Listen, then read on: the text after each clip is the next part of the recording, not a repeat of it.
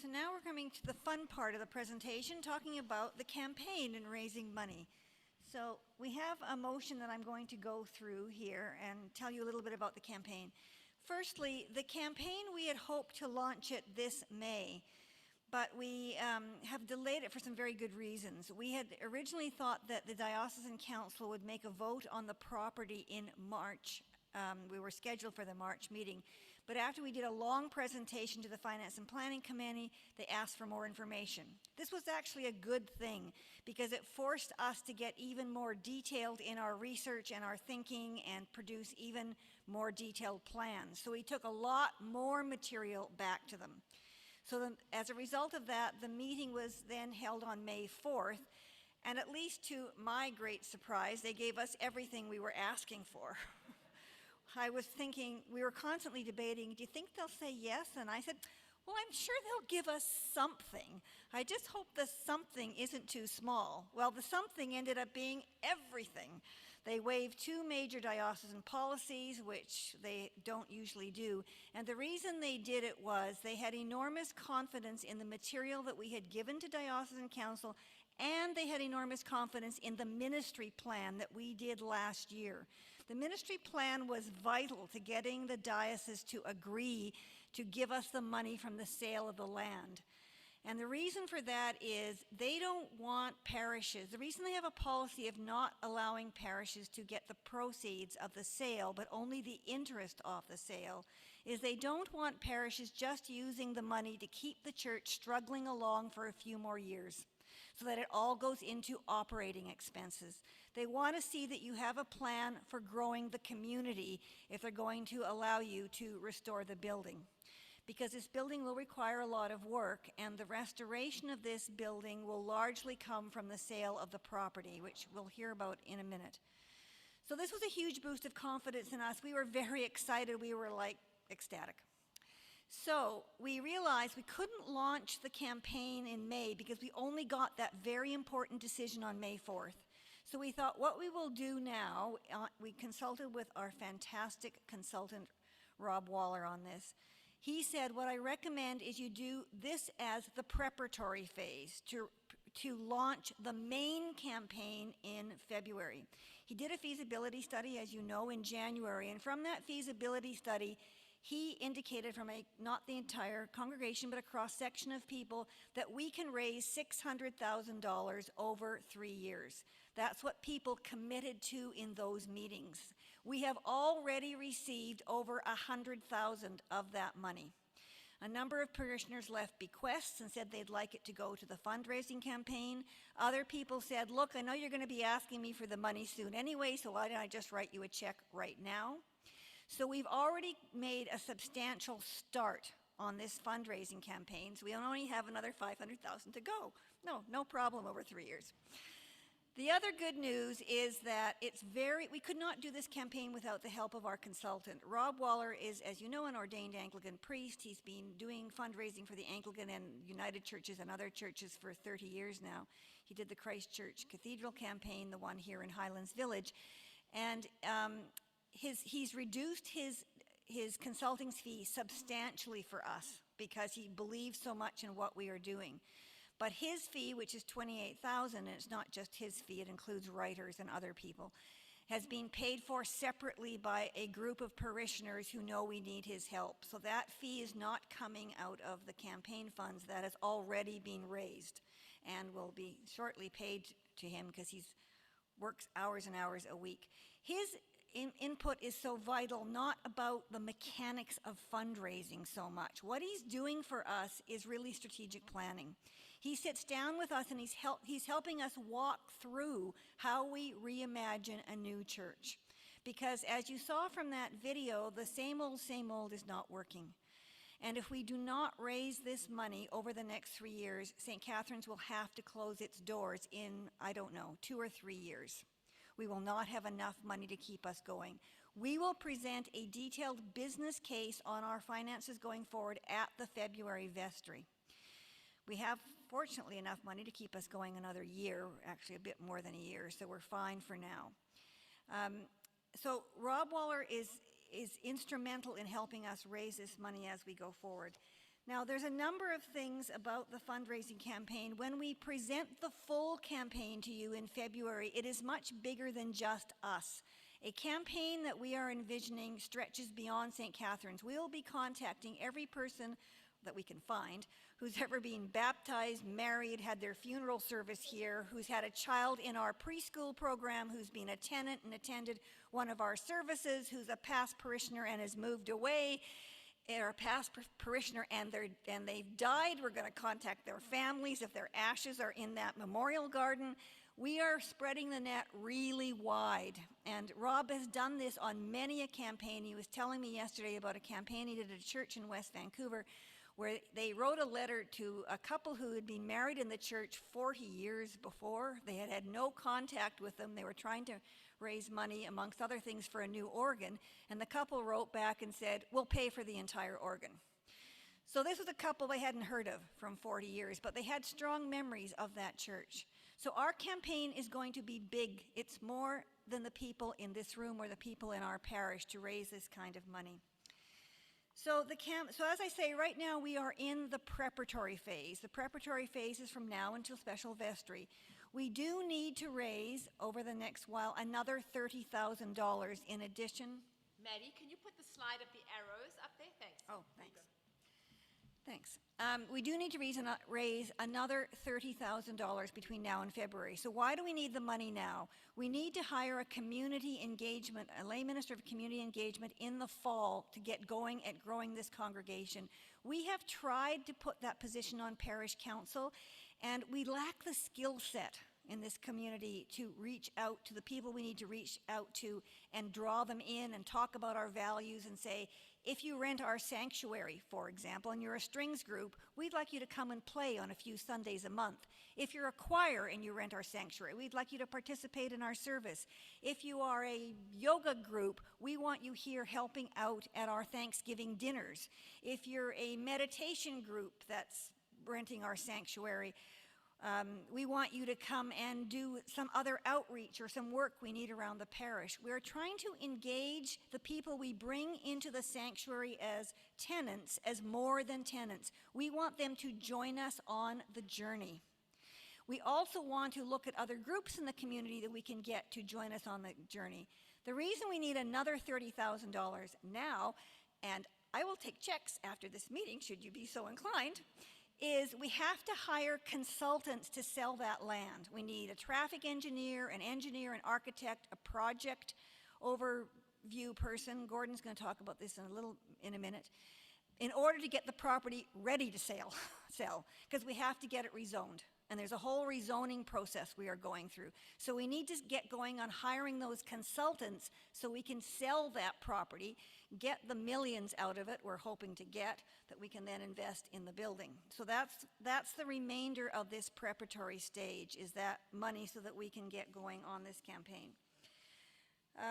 What else am I going to tell you about? I am going to tell you.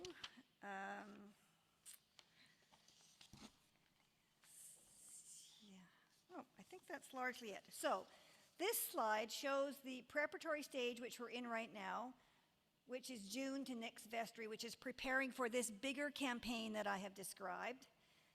Then in vestry in 2023, we then start on a lot of the repairs, which is very, very detailed work in Chris's report. We start a lot of the very necessary repairs that the building needs, and we start working with the people that we've hired. Now, we hope that when we have the sanctuary rented fully, we are going to need a verger, which we won't call a verger, because if we advertise that anywhere, people would think, what on earth is a verger? We're calling it a facilities coordinator because we're going to need someone here to supervise the building once we get the sanctuary going and the gym is going and there's a lot of people here, and we need that person to set up chairs and take down chairs, especially for Sunday morning worship, so that it is always configured for the next group. And eventually, somewhere way down the line, that's not yet, we would love to have another part-time priest, another 2-day-a-week priest. But that's a whole decision for later. We're not talking about that yet. We're just giving you a heads up that we hope to grow the congregation sufficiently. We'll need someone at Sharon's 80%, we'll need someone at 120%. And the fundraising campaign, phase 3, is continuing past March, potentially, of 2025. It's a 3-year campaign that starts in 2023, but really it's begun this year. So the next slide. The costing, I've already run over. We have campaign costs. We have the new hires. Now, the hires are just till March of new vestry. That's $7,000. That person would continue, we hope. It's not a permanent position, but to get us going. We need to do some crucial building repairs. You can see about $64,500. We've already received $70,000, and we need another $30,000 to continue with those. And the consultant's fees is a wild estimate. We have no idea what these engineers are going to charge us to prepare the property. And, the chair's cost, which you're going to hear about shortly from Gordon, is already being covered by a legacy gift, so that will not need to be part of the fundraising campaign. And we have $35,000 in our operating budget to contribute towards the repairs this year. So next slide. Oh, Gordon, can you talk about just the sale of the land and the consultants we need to hire and the meetings with the mayor? So, good morning. Good morning. I'd like to say that first make a comment about the more than 12. As Jesus and the Boys would have been nowhere if it hadn't been for a number of women who financed their entire ministry. And I don't think anything has changed in the church that without the women and the support of the women, the church would not survive. So somehow the Romans managed to write women out of church, and I think that was a mistake. We are currently looking at selling a portion of our property. This was something that we discussed at annual vestry. The proposal that we have taken and discussed with the mayor, Mayor Little, and with the planning department, that was done by Rob Watt and Chris Wensley. Those discussions have been quite positive. The mayor clearly can't commit because it's a decision of council as to whether or not the rezoning would be allowed, but he is supportive of the concept and sees no red flags with respect to moving forward with this rezoning. In fact, he feels that this rezoning would be consistent with the District of North Vancouver's policy on maintaining public assembly land, and so he is, I think, an ally of St. Catherine's.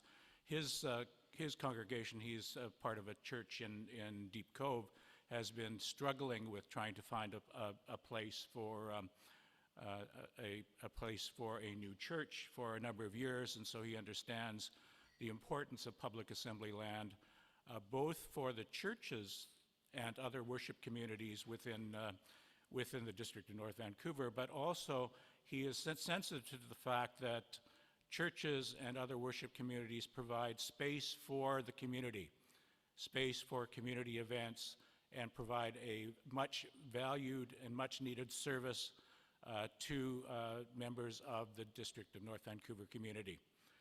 We are also, I think it was Chris and Rob talked about another idea, which is in the discussion stage currently, that we may be able to create 2 lots and still maintain enough parking.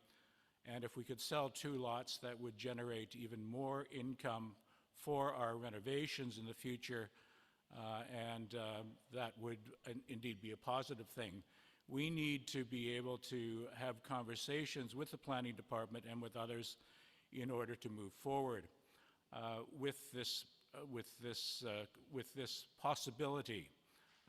So we are looking at 2 possibilities: either rezoning the rectory lot to public assembly, and the parking lot that's sitting there on Wellington Crescent to single-family residential, or to create 2 lots, subdivide, and to sell those 2 lots as well. In order to move forward, we're going to need professional assistance. We've started to have conversations with potential consultants in the real estate industry and with architects, and we had a very good conversation just a couple of days ago with an architectural firm, and we are encouraged by what they told us, that in their experience with dealing with rezoning, that they saw no red flags, no problems. In fact, that the potential concept that we are presenting to the District of North Vancouver should be something that both the neighborhood and the district politicians and the planning authorities would approve. So that's kind of where we're at right now. I will be putting together a request for proposals in the next little while for consideration by Parish Council, so that we can move forward with finding consultants to move this project towards the future.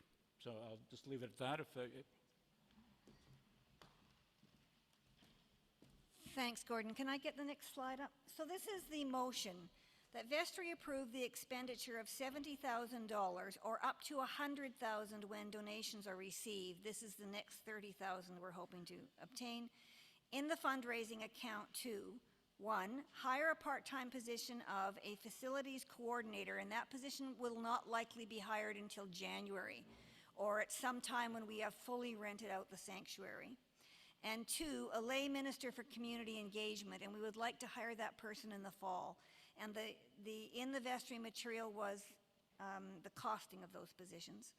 Hire the necessary consultants to prepare a planning application to submit to the North Vancouver District in order to sell a portion of the church property, and undertake urgent repairs to the extent possible of the building as discussed at Vestry February 2022. And a summary of those repairs were in the material. We've actually already done quite a few of them, like we've replaced all the toilets that were leaking, we've put new strip lighting in the sanctuary. So we're already working our way down that list, so that we're partially done. So this motion was moved by Vestry, and now, sorry, by Parish Council. And now I'm taking questions.